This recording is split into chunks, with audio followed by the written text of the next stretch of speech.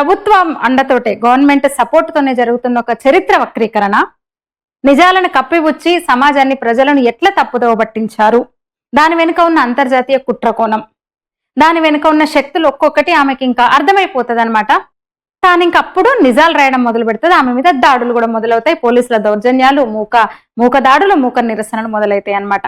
తప్పక చదవాల్సిన పుస్తకం. నేను ఆ పుస్తకం చూపిస్తాను. భైరప్ప గారు కొద్ది గంటల క్రితం, ఈ పుస్తక రచయిత ఎస్ఎల్ భైరప్ప, కొద్ది గంటల క్రితమే ఆయన శివైక్యం చెందారు. ఖచ్చితంగా ప్రతి ఒక్కరు చదవాల్సిన పుస్తకం. ఆయన చనిపోయారని తెలవగానే ఒక్కసారి మళ్ళీ నేను ఈ పుస్తకాన్ని అట్లా తిరిగేశాను అనమాట.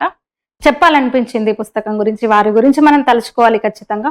ఎంతో రుణపడి ఉంటాం భైరప్ప గారికి. మన కళ్ళు తెరిపించే ప్రయత్నం చేశారు ఆయన. ఈ పుస్తకంలో పర్టికులర్ గా ఈ పుస్తకంలో ఇంకా ఆయన రాసిన రచనలు కూడా ఇదే వీడియోలో నేను కొన్ని ప్రస్తావిస్తాను. చాలా చాలా విషయాలు, పాత్రలు మనతో మాట్లాడతాయి.